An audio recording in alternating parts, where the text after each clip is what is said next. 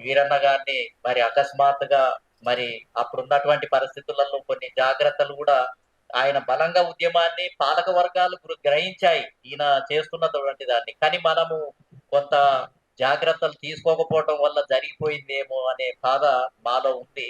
తర్వాత మేము చాలా సార్లు డిస్కస్ చేయటం జరిగింది. ఏదేమైనా పరిస్థితులను బట్టి మనం మారాల్సినటువంటి అవసరం ఉంది. కాలం మారుతుంది. ఆర్థిక పరిస్థితులు సక్రమంగా లేనప్పుడు, రాజకీయ పరిస్థితులు వేగంగా మారుతున్నప్పుడు ఒకసారి తెలిసో తెలియకో కమ్యూనిస్ట్ ఉద్యమంలో మనం ప్రవేశించాం. ప్రవేశించినాక అక్కడ కొన్ని పరిణామాలు జరిగినప్పుడు కూడా గ్రహించాల్సినటువంటి అవసరం ఉంది. గ్రహించి నేను త్వరగా బయటపడ్డాను. నేనేందనంటే వెంటనే ఇంతకుముందు చెప్పాను కదా! వీళ్ళు 2 ఉద్యోగాలు ఇస్తేనే, 2 కాలేజీల సీట్లు దొరికిస్తేనే భరించలేకుండా ఎస్ఎఫ్ఐ, ఏఎస్ఎఫ్, పీడీఎస్యు, ఆర్ఎస్యు, ఏబీపీలో ఉన్న రెడ్లంతా యాంటీ రిజర్వేషన్ మూవ్‌మెంట్ చేయగలిగారు. కమ్మ వాళ్ళంతా చేయగలిగారు అనంటే, అసలు వీళ్ళు చిన్న చిన్నయే భరించలేనోళ్ళు రేపు భూములు ఎట్లా పంచుతారు? సమానత్వాన్ని ఎట్లా పంచుతారు? అసలు పెద్దది కదా! కమ్యూనిస్టు సిద్ధాంతం ప్రకారం ఈక్వాలిటీ కోసం ఎక్కడికక్కడ పంపిణీ జరగాలి కదా! అంటే ఈ శక్తులకు అభివృద్ధి నిరోధక శక్తులే దీంట్లో ఎక్కువగా ఉన్నాయి. ఒక ముద్ద ఎస్సీ, ఎస్టీలకు పెడితే వాళ్ళకు తినటానికి ముందుకొస్తే వాటిని కూడా భరించలేని విశాల హృదయం లేకపోతే ఇంకా ఇదేమి మూవ్‌మెంట్ అని మేము తొందరగా బయటపడటానికి నాకు అవకాశము కలిగింది.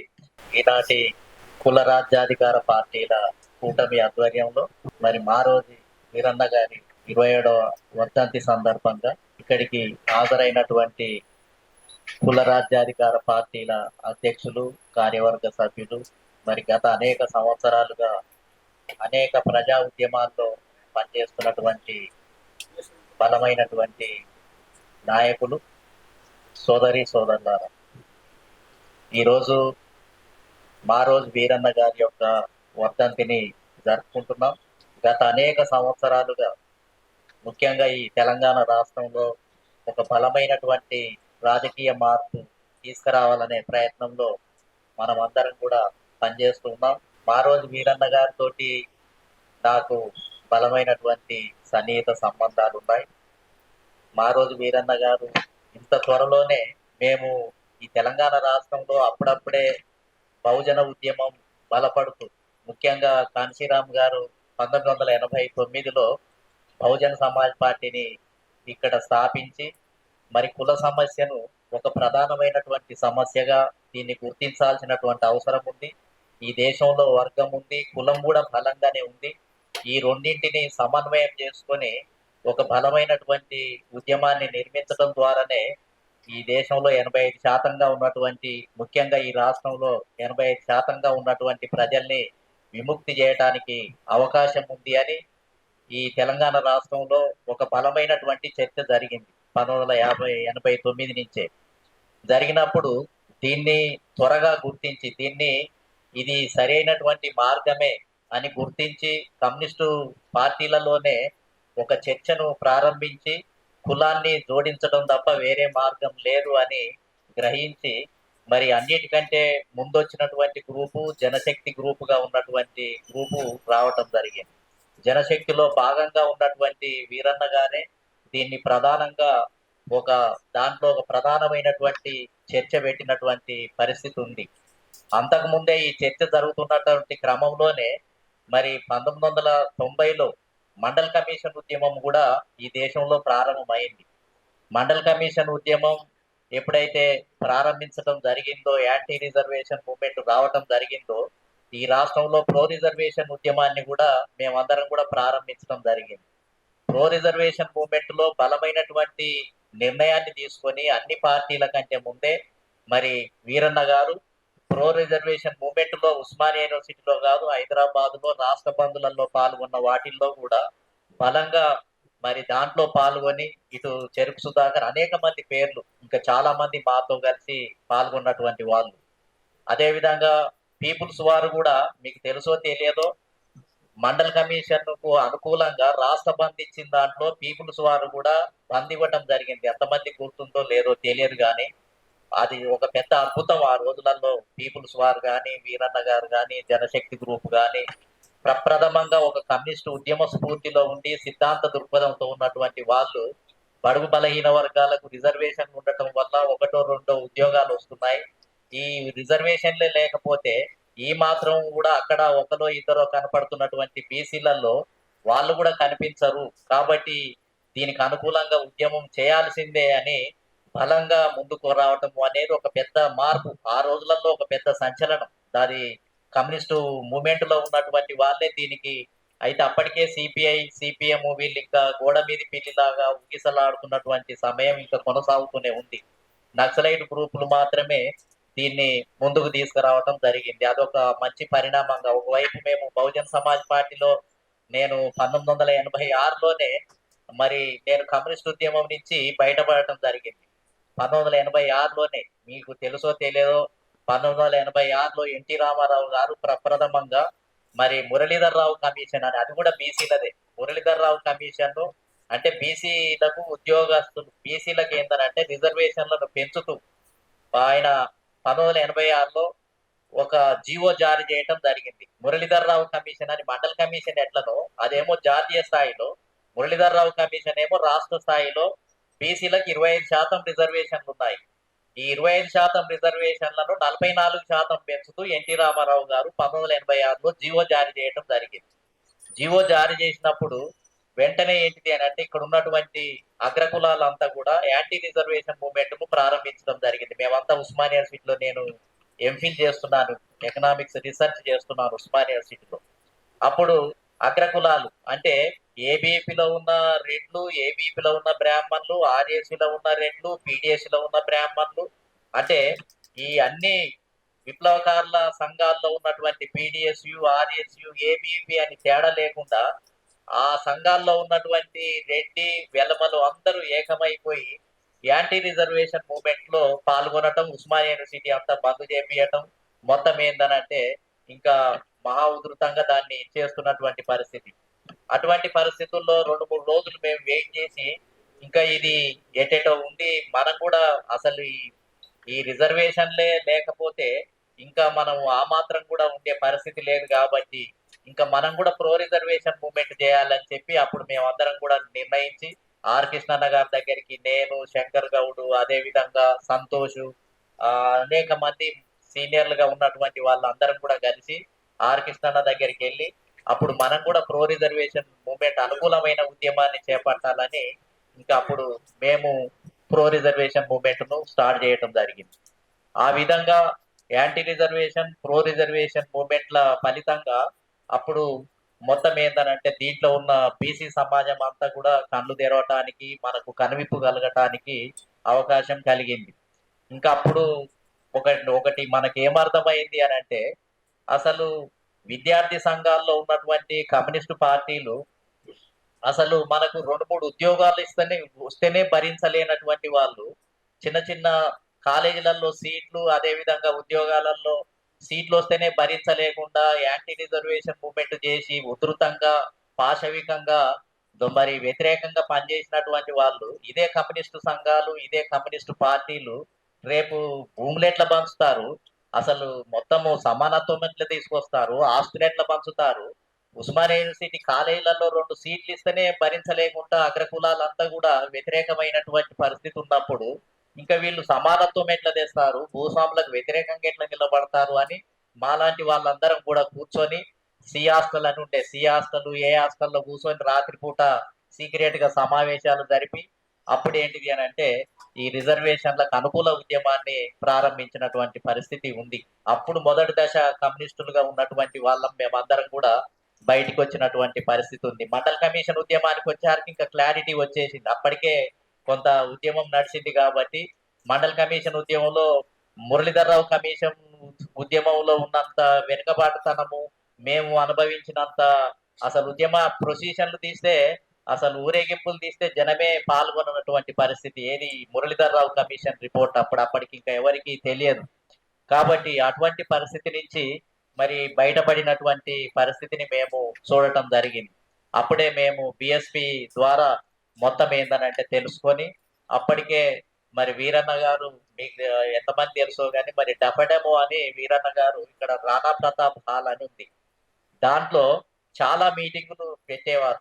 దాంట్లో అప్పుడు మాస్టర్జీని, నన్ను, బిఎస్ రాములను ఈ వీరన్న గారు ఏం చెప్తుండే అని అంటే, అన్న మీరు బిఎస్పిలో ఉండి మీరు బలంగా మాట్లాడుతున్నారు, మా సంస్థలో జనశక్తిలో గాని, మా ఎమ్మడి తిరిగే దాంట్లో అగ్రకులాల మహిళలు కూడా చాలా మంది ఉన్నారు. బ్రాహ్మణులు, రెడ్డి అమ్మాయిలు కూడా ఉన్నారు. కాబట్టి మేము ఇట్లాంటి చర్చ పెట్టి కులాన్ని గుర్తించాలి అనే ఒక చర్చ పెట్టి మేము మా దాంట్లో ఉన్నోళ్ళమే మాట్లాడితే కొంత ఇబ్బందికరంగా ఉంటది. మీరు కొద్దిగా బీఎస్పీలో పనిచేస్తున్నారు కాబట్టి మీరు కొద్దిగా దీనికి కులాన్ని గురించి వివరణ ఇస్తే ఈ కాన్సెప్ట్‌ను గనక పెంపొందిస్తే బాగుంటుంది అని నన్ను, బిఎస్ రామును, మాస్టర్‌జీని వక్తలుగా పిలిచేవాడు. పిలిచి మా ద్వారా ఈ కులం సమస్య ఎట్లా ఉత్పన్నమైంది? దీని అవసరం ఎంత ఉంది? అని మాతోటి ఉపన్యాసాలు ఇప్పించే పరిస్థితి ఉండేది. దానివల్ల కొంత అక్కడ ఒక చర్చ మొదలయ్యేది. గుసగుసలు మొదలయ్యేది. ఈ కులాన్ని ఇంత గుర్తించాల్సిన అవసరం ఉందా? అనేది ఒక పెద్ద చర్చనైతే జరిగేది. ఎందుకంటే అది గుసగుసల రూపంలో అందులో అందరు కొంతమంది గుర్తించే వాళ్ళున్నా, గుర్తించనటువంటి వాళ్ళలో ఈ కులాన్ని గుర్తించాలి అనేటప్పటికి పెద్ద సంచలనమే లోపల. కాబట్టి అలాంటి తర్జన భర్జనలతోటి కూడా చాలా కాలము ఆ కమ్యూనిస్ట్ ఉద్యమంలో అదొక తర్జన భర్జనగా జరిగింది. నేను కూడా చాలా సార్లు నేను ఆ రోజులలోనే పుస్తకాలు రాయటం జరిగింది. ఫస్ట్ కమ్యూనిస్ట్ ఉద్యమం నుంచి బయటకు వచ్చినాక కుల వ్యవస్థలో శత్రు వైరుధ్యాలు అనే ఒక పుస్తకాన్ని రచించడం జరిగింది. అదే విధంగా మరి కుల వ్యవస్థ చరిత్ర పొడుగునా బ్రాహ్మణవాదుల ఆర్థిక దోపిడీ అని ఇంకో పుస్తకాన్ని రచించడం జరిగింది. అంటే ఈ కుల వ్యవస్థలో ఎంతసేపు ఏంటిది అని అంటే ఆర్థిక దోపిడీ అనేది అసలు ఉండదు అనేది కమ్యూనిస్టులు భావించేది. అంటే ఈ క్యాస్టిజంలో గాని బ్రాహ్మణవాదంలో కుల కుల అణిచివేత ఉండదు అనేది వాళ్ళు చెప్తున్నటువంటిది. కాబట్టి ఆర్థిక దోపిడీ కూడా ఈ కుల సమాజంలో కొన్ని కులాలు విపరీతంగా ఆర్థిక దోపిడీ చేస్తున్నాయి అనే దాన్ని నేను తెలియజేయడానికి ఆ పుస్తకం రాయడం జరిగింది. అదే విధంగా బ్రాహ్మణిస్టు భ్రమల నుండి బయటపడని కమ్యూనిస్టు పార్టీలు అని ఇంకో పుస్తకం రాయటం జరిగింది. ఆ రోజులలో పెద్ద సంచలనం. ఆ రోజులలో నేను రాసినటువంటి పుస్తకాలు వీరన్న గ్రూపులో గాని, జనశక్తి గ్రూపులో గాని, కమ్యూనిస్టు సమాజంలో గాని ఇదొక పెద్ద చర్చ నడిచేది. ఎందుకనంటే అప్పుడు మరి ఈ రకంగా మేము బీఎస్పీలో వండుకుంటూనే కమ్యూనిస్ట్ ఉద్యమంలో ఉన్నటువంటి లూప్ హోల్స్ అన్ని బయటికి చెప్తూ వస్తున్నటువంటి పరిస్థితి. కాబట్టి ఆ రకంగా మొత్తం వ్యవస్థలో ఒక బలమైనటువంటి మార్పు తీసుకురావడానికి ప్రయత్నం చేసే పరిస్థితి ఉండేది. అంతకుముందే కన్నాభిరామను, అదే విధంగా చాలా మంది కమ్యూనిస్ట్ ఉద్యమ నాయకులతోటి ఉన్నటువంటి పరిచయాలు.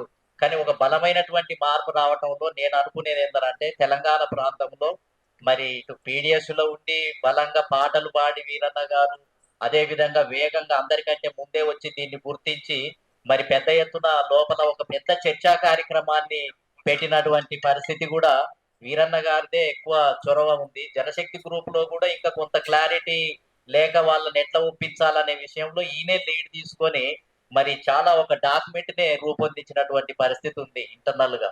ఆ డాక్యుమెంట్‌ను ఒక రోజు తీసుకొని నన్ను సంప్రదించి నల్లా సూర్యప్రకాష్ నేను మా ఇంట్లోనే ఒక రాత్రి 11 నుంచి ఉదయం తెల్లారిన దాకా ఆయన తీసుకొనొచ్చి, "అన్న మీరైతే కులం సమస్యను గుర్తించి కాంశీరామ్ గారు, అంబేద్కరు, పూలే ఈ మార్గంలో ఆల్రెడీ పయనిస్తున్నారు.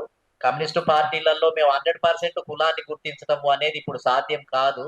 కానీ దాంట్లో ఏంటిది అనంటే బలంగా ఇది ఉంది అనే దాన్ని వినిపించటం తప్ప వేరే మార్గం లేదు. దాన్ని ఆ పార్టీలను గూడా కులం సమస్య మీద తీసుకురావాలి. పూలే, అంబేద్కర్ మార్గంలోకి తీసుకురావాలి అనేది నా సంకల్పం.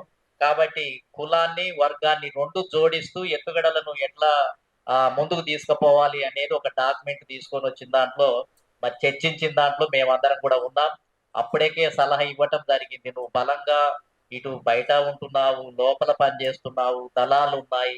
ఇవన్నీ జాగ్రత్తగా ఉండాల్సినటువంటి అవసరం ఉంది. నువ్వు ఫ్రీగా తిరుగుతున్నావు" అని మేము కొంత హింట్ కూడా ఇవ్వటం జరిగింది. కానీ దురదృష్టం ఏందనంటే ఆయన అప్పటికే సాంబశివరావు గారితోటి, కంచాయిలయ్య గారితోటి, ఇంకా అనేక మందితోటి ఒక్కరితోటి గాదు సంప్రదింపులు విపరీతంగా చేసినటువంటి వ్యక్తి. అనేక మంది ఎవరు ఏ అభిప్రాయాన్ని చెప్పినా వినే మనస్తత్వం కలిగినటువంటి వ్యక్తి. అప్పటికే అనేక కుల సంఘాలను ప్రారంభించాడు. ఏది మోకు దెబ్బ గాని, డోలు దెబ్బ గాని ఇలాంటి సంస్థలను ప్రవేశపెట్టి ఒక నూతన ఒరవడిని కమ్యూనిస్టు పార్టీలలోనే ఒక బహుజన భావాజాలాన్ని చొప్పించడం, దానికి ఎప్పటికప్పుడు నిర్ణయాలు తీసుకోవటం కూడా జరిగిపోయింది. కాబట్టి ఆ విధంగా బలంగా ఒక భావజాలాన్ని నిర్మిస్తూ ఇక మేము అనుకున్నాం. ఇటు మేము ఒకవైపు బహుజన్ సమాజ్ పార్టీ ద్వారా మేము ఒకవైపు ఈ కుల ఆధిపత్యాన్ని, అగ్రకులాల యొక్క పెత్తనాన్ని మరి ఎక్కడికక్కడ తెగ నరుక్కుంటూ పోయే ఉద్యమం ఒకవైపు నడుస్తుంది. ఇంకా కమ్యూనిస్ట్ ఉద్యమాలలో కూడా బలంగా మార్పు వస్తే ఇది త్వరగా మనం ఇది ముందుకు పోవటానికి బాగుంటుంది. ఈ కార్యక్రమాన్ని వీరన్న గారు అదే విధంగా చాలా మంది వీరన్న లాగానే ఆలోచించే వాళ్ళు కూడా మరి దాంట్లో ప్రవేశించడం జరిగింది. ముఖ్యంగా పిసిఎస్సి నాయకులలో ఒక బలమైన చర్చనే జరిగింది. అప్పుడు మాలాంటి వాళ్ళు రాసించే పుస్తకాలు, కరపత్రాలు పెద్ద ఎత్తున వెళ్ళిపోయేది. పెద్ద ఎత్తున పెల్లయ్య నాయకు, ఎరకల ప్రభాకరు వీళ్ళందరూ మా పుస్తకాలను తీసుకొని ఒక పెద్ద చర్చ పెట్టేవాళ్ళు. వీళ్ళంతా ఒక పెద్ద టీం వీళ్ళదంతా. కాబట్టి నిజంగా బలమైన మార్పు వస్తుంది అని ఆశిస్తున్నటువంటి సమయంలోనే మరి మన వీరన్న గారిని మరి అకస్మాత్తుగా మరి అప్పుడున్నటువంటి పరిస్థితులలో కొన్ని జాగ్రత్తలు కూడా ఆయన బలంగా ఉద్యమాన్ని పాలక వర్గాలు గ్రహించాయి ఈయన చేస్తున్నటువంటి దాన్ని. కానీ మనము కొంత జాగ్రత్తలు తీసుకోకపోవటం వల్ల జరిగిపోయిందేమో అనే బాధ మాలో ఉంది. తర్వాత మేము చాలా సార్లు డిస్కస్ చేయటం జరిగింది. ఏదేమైనా పరిస్థితులను బట్టి మనం మారాల్సినటువంటి అవసరం ఉంది. కాలం మారుతుంది. ఆర్థిక పరిస్థితులు సక్రమంగా లేనప్పుడు, రాజకీయ పరిస్థితులు వేగంగా మారుతున్నప్పుడు ఒకసారి తెలిసో తెలియకో కమ్యూనిస్ట్ ఉద్యమంలో మనం ప్రవేశించాం. ప్రవేశించినాక అక్కడ కొన్ని పరిణామాలు జరిగినప్పుడు కూడా గ్రహించాల్సినటువంటి అవసరం ఉంది. గ్రహించి నేను త్వరగా బయటపడ్డాను. నేనేందనంటే వెంటనే ఇంతకుముందు చెప్పాను కదా, వీళ్ళు 2 ఉద్యోగాలు ఇస్తేనే 2 కాలేజీల సీట్లు దొరికిస్తేనే భరించలేకుండా ఎస్ఎఫ్ఐ, ఏఎస్ఎఫ్, పీడిఎస్యు, ఆర్ఎస్యు, ఏబీపీలో ఉన్న రెడ్లంతా యాంటీ రిజర్వేషన్ మూవ్మెంట్ చేయగలిగారు. కమ్మ వాళ్ళంతా చేయగలిగారు అని అంటే అసలు వీళ్ళు చిన్న చిన్నయే భరించలేని వాళ్ళు రేపు భూములు ఎట్లా పంచుతారు, సమానత్వాన్ని ఎట్లా పంచుతారు? అసలు పెద్దది కదా. కమ్యూనిస్టు సిద్ధాంతం ప్రకారం ఈక్వాలిటీ కోసం ఎక్కడికక్కడ పంపిణీ జరగాలి కదా. అంటే ఈ శక్తులకు అభివృద్ధి నిరోధక శక్తులే దీంట్లో ఎక్కువగా ఉన్నాయి. ఒక ముద్ద ఎస్సీ ఎస్టీలకు పెడితే వాళ్ళకు తినటానికి ముందుకొస్తే వాటిని కూడా భరించలేని విశాల హృదయం లేకపోతే ఇంకా ఇదేమి మూమెంట్ అని మేము తొందరగా బయటపడటానికి నాకు అవకాశము కలిగింది. ఆ తర్వాత వీరన్న లాంటి వాళ్ళు దీన్ని ముందుకు తీసుకొని వచ్చి కమ్యూనిస్ట్ ఉద్యమంలోనే బలమైన మార్పు తీసుకొచ్చినటువంటి పరిస్థితి ఉంది. కాబట్టి మరి కుల ఉద్యమాలను ఏదైతే ఈ దేశంలో కులము వర్గము రెండు కూడా కొనసాగుతున్నాయి, జంటగా కొనసాగుతున్నాయి. ఒక క్షణంలో కుల ఆధిపత్యాన్ని ఛేదించాలి, ఒక దశలో మరి వర్గాన్ని కూడా మనం ప్రధాన శత్రువుగానే గుర్తించాల్సినటువంటి అవసరం ఉంది. అయితే ముందు మొత్తం ఏంటంటే కుల ఆధిపత్యానికి వ్యతిరేకంగానే పోరాటం జరగాలి, సమాంతరంగా దాన్ని కొనసాగించాలి. మన కింది కులాల్లో అసలు వర్గం లేదు. ఇప్పుడు ఎరకల కులం ఉందనుకోండి, డక్కలి కులం ఉందనుకోండి, బీసీలలో చాలా కులాలు ఉన్నాయి. ఆ కులాలలో వర్గం ఎక్కడుంది? రజక, నాయ బ్రాహ్మణ, కుమ్మరి, కమ్మరి ఇలాంటి బీసీలలో 134 కులాలు ఉంటే ఎక్కడన్నా గౌడ, యాదవ, పద్మశాలిలలో ఉంటే మా అయితే ఒక 2 కోట్లు 5 కోట్లు ఉన్న వర్గం కనపడుతుంది. 5 కోట్లు 2 కోట్లు ఉన్నోళ్ళు ఈ రెడ్డి వర్గం తోటి ఎదురు ఉండి పోరాటం చేసే శక్తి ఉందా వాళ్ళకు? అంటే ఈ కులాల్లో వర్గమే లేదు, ఒకటే పేదలే. ఇదంతా పేద వర్గమే. ఈ కులాలు 134 కులాల్లో అన్ని పేద వర్గాలే. ఎస్సీలలో ఉన్న కులాలన్నీ పేద వర్గాలే. ఇవన్నీ ఒకటే వర్గం. అది కులము పేద కులాలు అని చెప్పినా, పేద వర్గము అని చెప్పినా ఒకటే రకం. ఇంకా దాంట్లో ఏం తేడా ఉంది? అదే రెడ్లల్లో చూస్తే ఒక 50 మంది కనిపిస్తారు. 100 కోట్లు దాటిన వాళ్ళు 200 మంది కోట్లు కానీ ఇప్పుడైతే 1,00,000 మంది దాకా కూడా కనిపిస్తారు. మేము ఉద్యమం చేసినప్పుడు మహా అయితే ఒక 1000 మంది ఉండవచ్చు కాక. కానీ ఇప్పుడైతే 1,00,000 మందికి దాదాపు 10,000 20,000 కోట్లు ఉన్నోళ్ళు కమ్మ, రెడ్డి, వెలమలలో ఇప్పుడు కనిపిస్తారు. దాంట్లో బలమైన వర్గం తయారైంది. కానీ బీసీఎస్సీలలో వర్గం ఎక్కడ బలంగా ఉంది? అంత పేద కులాలే. కాబట్టి ఇప్పుడు పేద కులాలను వెంటేసుకొని వీళ్ళకి జరగాల్సినటువంటి డిస్ట్రిబ్యూషన్, వీళ్ళకి జరగాల్సినటువంటి భూములు, వీళ్ళకి అందాల్సినటువంటి ఆస్తులు, వీళ్ళకి అందాల్సిన ఉద్యోగస్తులు, వీళ్ళ కోసం కులం తరపునే కదా మనం పోరాటం చేయాల్సింది ఫస్ట్. ఈ కులాలకు ఉద్యోగాలు ఇవ్వండి, ఈ కులాలకు భూములు ఇవ్వండి ఫస్ట్. ఈ కులాలే 50% జనాభా ఉంది అని కదా మనం ముందు పోరాటం చేయాల్సింది. తర్వాత ఏ దేవేందర్ గౌడో లేకపోతే ఇంట్లో ఉన్నటువంటి 100 కోట్లు ఉన్నటువంటి అక్కడో ఇక్కడో ఉన్నటువంటి బీసీలలో ఉంటే వాళ్ళు నామినలే కదా, వాళ్ళు నావు మాత్రమే కదా. కాబట్టి మనం చేసే పోరాటం సరైనటువంటి పోరాటమే. ఒకవేళ నిజంగానే కమ్యూనిస్ట్ పార్టీలు వర్గము కులమే ఉంది అనుకుంటే కమ్యూనిస్ట్ పార్టీలు ఆచరణలో మరి మన కులాల్లో ఉన్న ఎన్ని పేదలకు టికెట్ ఇచ్చారు? ఎమ్మెల్యే టికెట్లు చెప్పండి. ఇప్పుడు సిపిఐ గాని సిపిఎం గాని ఎన్నికలలో పోటీ చేసే పార్టీలు ఉన్నాయి కదా. ఆ పార్టీల తరఫున ఈ వీళ్ళంతా పేదోళ్లే కదా. కమ్యూనిస్ట్ పార్టీలు చెప్పిన సిద్ధాంతం పేదలు ధనికులు అని.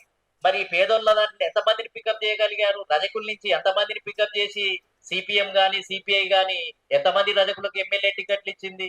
ఎంతమందిని కార్యవర్గంలో తీసుకుంది, ఎంతమందిని గుర్తించి పోలిట్ బ్యూరో మెంబర్లుగా తీసుకుంది.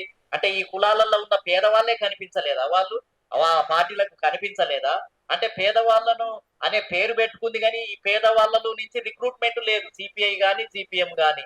అట్లాంటప్పుడు వాళ్ళు తప్పుడు మార్గంలో వెళ్తున్నారు అనేదే కదా మన ఉద్దేశం. కాబట్టి ఏది ఏమైనా పరిస్థితులను మార్పిడి చేసుకుంటూ ఎప్పటికప్పుడు గుడ్డిగా ఇక నేను కమ్యూనిస్ట్ పార్టీలో చేరిన కాబట్టి ఇక పిల్లలు పెట్టకపోయినా ఫలితాలు రాకపోయినా ఇక నేను ఒకసారి చేరిన కాబట్టి చేరిన పాపానికి ఇక దాన్నే సమర్థించుకుంటా ఉండటము అనేది ఎట్లా సాధ్యమవుతుంది? ఈ వ్యవస్థలో ఖచ్చితంగా ఒకసారి మనకు సరైన ఫలితాలు రాకపోతే ఎప్పటికప్పుడు నెమరేసుకొని పరిస్థితులకు అనుగుణంగా ఎప్పటికప్పుడు కొత్త విషయాలు కొత్త నిర్ణయాలు చేసుకుంటూ పోవాలి.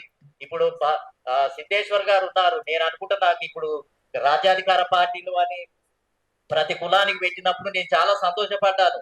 వీరన్న ఏ విధంగానైతే మోగు దెబ్బ, రజక దెబ్బ, లేకపోతే డోల్ దెబ్బ అని ఎట్ల పెట్టి ఒక సంచలనాన్ని సృష్టించి ఒక ఆత్మగౌరవం ఒక ఆత్మవిశ్వాసాన్ని పెంచి తొలి తిరుగుబాటుకు నాంది పలికిందో, ఇప్పుడు రాజకీయ రంగంలో సిద్ధేశ్వరు ఆయన మిత్రులు పుల్లన్న గారు, చారువాక గారు, ఇంకా కొంతమంది మిత్రులు ఎవరైతే ఒక నిర్ణయం చేసి ఈ రకమైనటువంటి పార్టీలను పెట్టటము ఇది ఒక తిరుగుబాటే, ఇది ఒక సంచలనమే కుల వ్యవస్థలో. ఎందుకంటే ముదిరాజులే 99%, 9% ఉన్నటువంటి వర్గం వాళ్ళు ఒక పార్టీ పెట్టుకొని మాకు ఎమ్మెల్యే టికెట్లు లేవు, ఎంపీ టికెట్లు లేవు, మేము రాజకీయ బానిసలుగా ఉన్నాము, 79 సంవత్సరాల నుంచి మేము ఇతరులను గెలిపించడానికే మా ఓట్లన్నీ దారపోస్తున్నాము అని ఒక రివోల్ట్ ఇచ్చి మా జనాభా ప్రకారం మాకు సీట్ల పంపిణీ జరగాల్సిందే, గౌడుల జనాభా ప్రకారం జరగాల్సిందే, రజకుల జనాభా ప్రకారం జరగాల్సిందే, యాదవుల జనాభా ప్రకారం జరగాల్సిందే, జనాభా ప్రకారం సీట్లను కోరటం డెమోక్రసీనే కదా, ప్రజాస్వామ్యమే కదా. ఒకరిద్దరు పెత్తనం చేసి మొత్తం వ్యవస్థలో ముగ్గురు నలుగురు బాగుపడితే దాన్ని ప్రజాస్వామ్యం అనరు.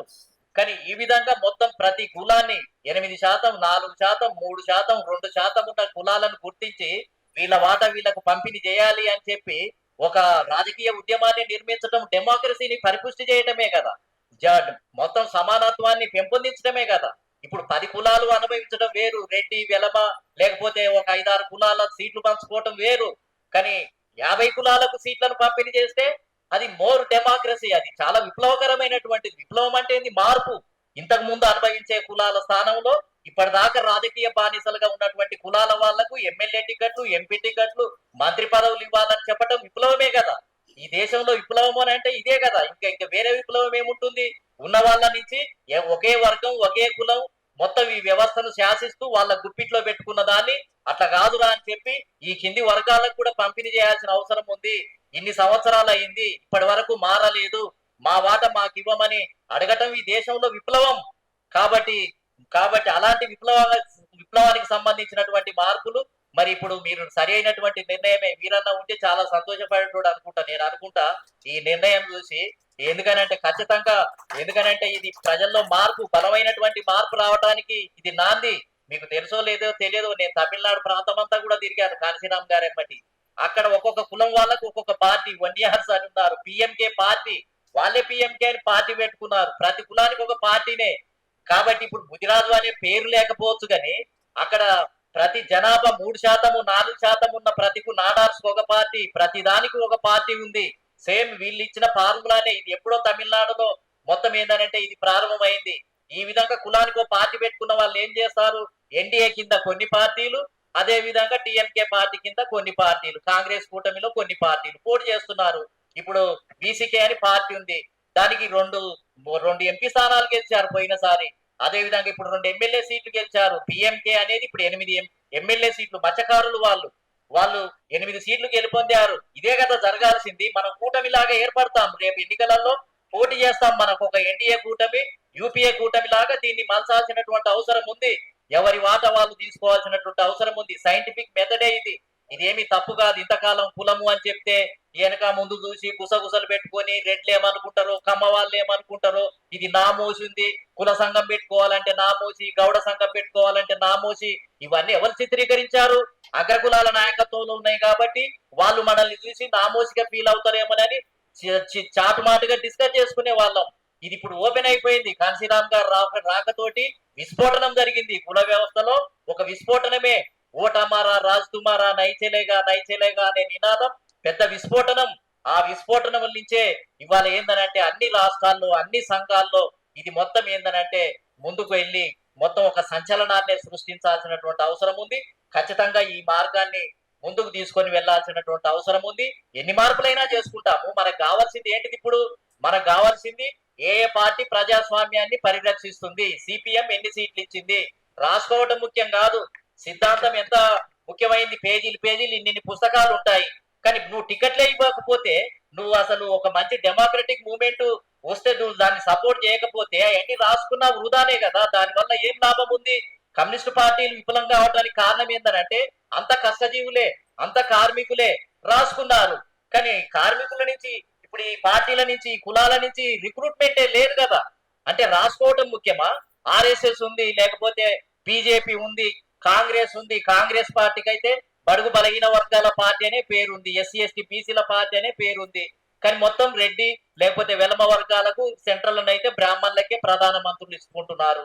రాయటం వేరు. కమ్యూనిస్ట్ పార్టీలు ఆ విధంగానే రాసుకున్నాయి, కాంగ్రెస్ పార్టీ కూడా ఆ విధంగానే రాసుకుంది. ఇక ఆర్ఎస్ఎస్ అయితే వాళ్ళు స్వయంగానే రాసుకున్నారు. మొత్తం ఏంటంటే కుల వ్యవస్థ పునాదులతోటే రాసుకున్నారు వాళ్ళు. కాబట్టి ఇవన్నీ కూడా ఏంటిది అని అంటే ఎప్పటికప్పుడు మార్పులు చేసుకొని మన క్రైటీరియా ఏంటిది? బీజేపీ ఉందనుకోండి, బీజేపీ ఇప్పుడు ఈ రాష్ట్రంలో 119 సీట్లు ఉన్నాయి. దాదాపు దాదాపు రిజర్వ్డ్ స్థానాలు పోగా 70 స్థానాలు బీజేపీ ఒకవేళ బీసీలకు టికెట్లు ఇచ్చింది అనుకోండి, మంచిదా చెడ్డదా? అది బీజేపీ కమ్యూనల్ పార్టీ కావచ్చు కాక మార్పు చేసి ఒకవేళ ఎక్కువ ఎమ్మెల్యే టికెట్లు, ఎంపీ టికెట్లు ఇస్తే అది డెమోక్రసీనే కదా. కమ్యూనిస్ట్ పార్టీలు కూడా ఇప్పుడు విధానం మార్చుకొని ఎక్కువ టికెట్లు ఎస్సీ ఎస్టీ బీసీలకు ఇచ్చేసి ముఖ్యమంత్రిగా సిపిఐ సిపిఎం ప్రకటిస్తే మార్పు మంచిదే కదా. కాబట్టి మన క్రైటీరియా ఏంటిది? ఇవి మనకు అనుకూలంగా ఉన్నాయా లేవా? ఊరికనే మాటలతోటి నువ్వు నేను ప్రోగ్రెసివ్ విప్లవకారు అని చెప్పుకునేటోడు టికెట్లు ఇవ్వటం లేదు. కొన్ని రాష్ట్రాలలో అసలు విప్లవం గురించే తెలియదు. కానీ ఆ పార్టీలు ఎక్కువ పెద్ద మొత్తంలో, సమాజ్వాదీ పార్టీ ఉంది, ఆర్జేడీ ఉంది, బహుజన్ సమాజ్ పార్టీ ఉంది. వీళ్ళు ఏమన్నా విప్లవ పార్టీలు అని చెప్పుకున్నారా? వీళ్ళు మొత్తం ఏంటంటే పంపిణీ వ్యవస్థ వేరే రకంగా ఉంది. ఆ రకంగా ఏది ముందుకు వచ్చినా మనం స్వాగతించాల్సిందే. దీంట్లో మనకు ఏమి భావబంధాలు ఏమి లేవు. మన వర్గాలకు లాభం జరుగుతుందా లేదా అనేదే నా దృష్టిలో క్రైటీరియా. వాడు ఎంత మంచి పుస్తకాలు రాసుకున్నా, ఎంత మంచి సిద్ధాంతం రాసుకున్నా నాకు అక్కర్లేదు. వాడు సిద్ధాంతం రాసుకుంటాడు, మనకు ఎమ్మెల్యే టికెట్లే ఇవ్వడు. ఏం లాభం? దాని వల్ల ఏం చేసుకుంటాం? ఎక్కడ కొట్టుకుంటాం? నెత్తిన కొట్టుకుంటాం. కాబట్టి ఇవాళ మారాల్సింది కళ్ళకు కనపడాలి. నువ్వు పెట్టినవా లేదా, నువ్వు టికెట్ ఇచ్చినవా లేదా, బీసీ ముఖ్యమంత్రి అని ప్రకటించినవా లేదా అనేదే నాకు ముఖ్యం. తర్వాత నీకు ఉన్న సిద్ధాంత సంబంధాలు ఎవరికి కావాలి, నీ సూత్రాలు ఎవరికి కావాలి, ఎంతకాలం మోసం చేస్తావు? కాబట్టి దీన్ని గ్రహించే ముందుకు పోదామని చెప్పి తెలియజేస్తూ, దీనికి లీడ్ తీసుకొని వీరన్న ఆశయాలను, వీరన్న సిద్ధాంతాన్ని ఎప్పటికప్పుడు అప్డేట్ చేసుకుంటూ ముందుకు పోతున్నటువంటి టీముకు, ఈ టీం కంబర్ రాజ్యాధికార పార్టీ అనేది నేను పెట్టిందే 2007లో. నేను ప్రప్రథమంగా రాజ్యాధికార పార్టీ అనే దాన్ని ఢిల్లీలో రిజిస్ట్రేషన్ చేయించాను. దాని ఆధారంగా నేను బిఎస్పీ నుంచి బయటకు వచ్చి బీసీ ఉద్యమాన్ని నిర్మించి 12 సంవత్సరాలు నేను జూనియర్ లెక్చరర్ గా గెస్టెడ్ ఆఫీసర్, నేను పబ్లిక్ సర్వీస్ కమిషన్ ద్వారా ఎన్నికైనటువంటి వ్యక్తిని ఉస్మానియా యూనివర్సిటీలో చదివిన తర్వాత నేను ఏంటిది అని అంటే మొత్తం కాంశీరామ్ గారు ఎంబడి తిరిగి బీసీ ఉద్యమాన్ని ప్రారంభించి, బీసీ ఉద్యమాన్ని 12 సంవత్సరాలు నిర్వహించి, రాజ్యాధికారం అనే ఈ భాష అంతా నేను నేర్పినటువంటిదే. కాంశీరామ్ గారి ద్వారా నేను నేర్చుకొని రాజ్యాధికారము అనే పదం ఇలా మారుమోగుతుంది అని అంటే మేము కాంశీరామ్ గారి దగ్గర నేర్చుకొని మొత్తం గ్రామ గ్రామాల మీటింగ్ పెట్టిందే. పూలే అనే పేరు మేం ప్రచారం చేసిందే. కాంశీరామ్ గారి దగ్గర స్వీకరించి సాహు మహారాజ్, నారాయణ గురు, పెరియార్ రామస్వామి, ఇవాళ మీరు మాట్లాడే ప్రతి భాష మీ రెడ్లేనా, మీ కమ్మ వాళ్ళేనా, మీ వెలమలేనా, మీరే పరిపాలిస్తారా, మేమంతా బానిసలమా? ఈ పదాలన్నీ ఎవరు నేర్పారు? మేము 40 ఏళ్ల నుంచి, దాదాపు 30 సంవత్సరాల నుంచి ఈ భాష మీద నేర్పి 14 పుస్తకాలు రచించాను నేను ఇప్పటి వరకు కూడా. పూలే మీద అనేక పుస్తకాలు, బహుజనోద్యమ రథసారథులు, కమ్యూనిస్టు పార్టీల మీద పుస్తకాలు, బ్రాహ్మణిజం, అంబేద్కరిజం, మార్క్సిజం అనే ఒక పుస్తకాన్ని రచించాను. అద్భుతమైనటువంటి పుస్తకాలు. ఈ దేశంలో కులము, ఈ దేశంలో మార్క్సిజాన్ని ఎట్లా ఇంటర్ప్రిటేషన్ చేయాలి అనే దాని మీద ఒక అద్భుతమైనటువంటి పుస్తకాలను 3-4 పుస్తకాలనే రచించడం జరిగింది. కాబట్టి ఈ టైం సరిపోవటం లేదని, నాకు పెన్షన్ కూడా రాదు. 15 సంవత్సరాలకే నాకు పెన్షన్ లేకుండా రిజైన్ చేసి గెస్టెడ్ పోస్టును బయటకు వచ్చేసి మొత్తం ఏందనంటే బీసీలు ఎందుకు బీసీ ఉద్యమాన్ని ప్రారంభించాను అని అంటే, నేను బిఎస్పీలో ఉన్నప్పుడు అసలు అందరూ ఎస్సీలే ఎక్కువ మంది వచ్చి మీటింగ్లు సక్సెస్ చేస్తున్నారు. వాళ్ళే కరపత్రాలు రాస్తున్నారు, వాళ్ళే పాటలు రాస్తున్నారు, వాళ్ళే సిద్ధాంతం మాట్లాడుతున్నారు. ఎక్కడ చూసినా ఒక శంకర్ గౌడ్, నేను, సుందరయ్య యాదవ్, బిఎస్ఏ స్వామి, ఒక 10 మంది మేము కనపడుతున్నాము. నాకేమనిపించింది అని అంటే ఈ పిఎస్పిలో నేను ఇప్పటికే 12 సంవత్సరాలు పనిచేశాను. బీసీలు ఎవరు రావటం లేదు. బీసీలకు ఇది ఎస్సీల పార్టీ అని ముద్ర పడిపోయింది. ఈనాడోడు ఈ పేపర్లు అన్ని దాన్ని ఎస్సీల పార్టీగా ముద్రేసినాయి. ఇక బీసీల రిక్రూట్మెంట్ ఆగిపోయింది. అయితే నేను బిఎస్పీలో ఇంకెంత 20 ఏళ్ళు ఉన్నా ఇంకా 40 ఏళ్ళు ఉన్నా ఆడ బీసీలే లేనప్పుడు నేను ఎవరికి ఉపన్యాసాలు ఇవ్వాలి, ఎవరికి సిద్ధాంతం నేర్పాలి అని నేను వెంటనే నిర్ణయం తీసుకొని 2001లోనే నేను మొత్తం బిఎస్పీ నుంచి బయటకు వచ్చేసి బీసీ యునైటెడ్ ఫ్రంట్ అనే దాన్ని ప్రారంభించడం జరిగింది. ఎందుకంటే బీసీల పేరుతోటే బీసీల దగ్గరికి పోతే బీసీలు వస్తారని చెప్పి టాక్టికల్ గా ఎత్తుగడ రీత్యగా బీసీ యునైటెడ్ ఫ్రంట్ అనే పేరుతోటి వెళ్ళిపోయి ఇదే సిద్ధాంతాన్ని నేను చెప్పింది కొత్తది ఏం లేదు. కాంశీరామ్ గారి సిద్ధాంతాన్ని బిఎస్పీలో ఉండి ఏం చెప్పాను, ఈ రెడ్లు వెలమను వీళ్ళే పరిపాలిస్తారా 85% అని ఏం చెప్పాను, నేను బీసీ యునైటెడ్ ఫ్రంట్ పెంచి కూడా మళ్ళీ అదే చెప్పాను. కానీ బీసీ యునైటెడ్ ఫ్రంట్ పెట్టాక 1000, 2000, 5000, 10,000, 25,000 మంది బహిరంగ సభ పెట్టాను నేను. ఏది నిజాంగా ఏది మన ఎగ్జిబిషన్ గ్రౌండ్ లో. అంటే బీసీ అనే పదం రాగానే బీసీలలో కదలిక ప్రారంభమైంది. ఎందుకు ఇది మాది మాది అనేది సులభంగా అర్థమైపోయింది. కాబట్టి అప్పుడు ఈ పదాలన్నీ నేర్పాను. అప్పుడు రాజ్యాధికార పార్టీ అనేది 2007లో మొత్తం ఏంటంటే రిజిస్ట్రేషన్ చేయించి ఢిల్లీలో పోటీ పెట్టడం జరిగింది. కాకినాడలో 8,000, 6,000, 7,000, 5,000, 10,000 ఇట్లా వచ్చినాయి మొదట పోటీ చేసినప్పుడు. తర్వాత మళ్ళీ ఎత్తుగడ రీత్యగా డబ్బు లేదు, ఇది పనిచేస్తలేదని చిరంజీవి గారు పార్టీ పెట్టి మొత్తం ఆయన ప్రజారాజ్యం పార్టీ తోటి వచ్చినప్పుడు అల్లు అరవింద్ చిరంజీవి గారు నన్ను నన్ను సంప్రదించడం జరిగింది. నారగోని మీకు మొత్తం కోస్టల్ బెల్ట్ అంతా బలంగా ఉంది, నీ బీసీ ఉద్యమం బలంగా ఉంది, మా కాపులంతా నీ పేరే చెప్తున్నారు, ఈ నారగోని అనే వ్యక్తి బలమైన బీసీ నాయకుడు, తూర్పు పశ్చిమ గోదావరి గుంటూరు ప్రాంతంలో మీరు ఈయనను ప్రజారాజ్యం పార్టీలోకి తీసుకుంటే చాలా పెద్ద మూవ్మెంట్ వస్తుందని వాళ్ళు సలహాలు ఇవ్వటం తోటి వాళ్ళు నన్ను సంప్రదిస్తే నేను అనుకున్నాను, అరే ఈ అమ్మాయి అప్పటికే నాకు ఒక అనుభవం ఉంది, ఏంటంటే డబ్బు నిధులు ఇవన్నీ బలంగా పనిచేస్తున్నాయని అర్థమైపోయి ముందైతే ఈ కమ్మరెడ్లను దెబ్బగొట్టాలి, ప్రధాన శత్రువు. కాపులు 3వ శక్తిగా ఉన్నారు. ఏది కోస్టల్ బెల్ట్ లో ఇక్కడ బీసీలు 300 కాపులు ఇక్కడ బీసీలే, కానీ కోస్టల్ ప్రాంతంలో చిరంజీవి కమ్యూనిటీ 3వ స్థానం. కాబట్టి నేనేమనుకున్నా, ఈ కాపులు అదే విధంగా సినిమా ఏదైతే గ్లామర్ ఉందో ఈ రెండింటితోటి కమ్మరెడ్లను ఓడించగలిగితే తర్వాత బీసీలకు మార్గం సుగమం అవుతుందని ఎత్తుగడ రీత్యా నేను జస్టిస్ పార్టీని తమిళనాడులో ఉన్న పార్టీని స్టడీ చేసి ఆ నిర్ణయం తీసుకొని ఈ అన్ని పక్కన పెట్టి చిరంజీవి గారితో చేతులు కలిపి దాంట్లో 100 టికెట్లు బీసీలకు ఇస్తే నేను ప్రజారాజ్యం పార్టీలోకి వస్తాను అని చెప్పి చెప్పడం జరిగింది. అందులో పూలే అంబేద్కర్ బొమ్మను పెడితే నేను అందులోకి వస్తానని చెప్పి 4 డిమాండ్లు పెట్టడం జరిగింది. తెలంగాణకు అనుకూలంగా నిర్ణయం, అదే విధంగా 100 టికెట్లు, అదే విధంగా సామాజిక న్యాయం. వీటి ఆధారంగా నేను ప్రజారాజ్యం పార్టీలోకి పోయి అందులో 100 టికెట్లు ఇవ్వడం జరిగింది. నేను పోటీ చేయలే, నేను పోలిట్ బ్యూరో మెంబర్.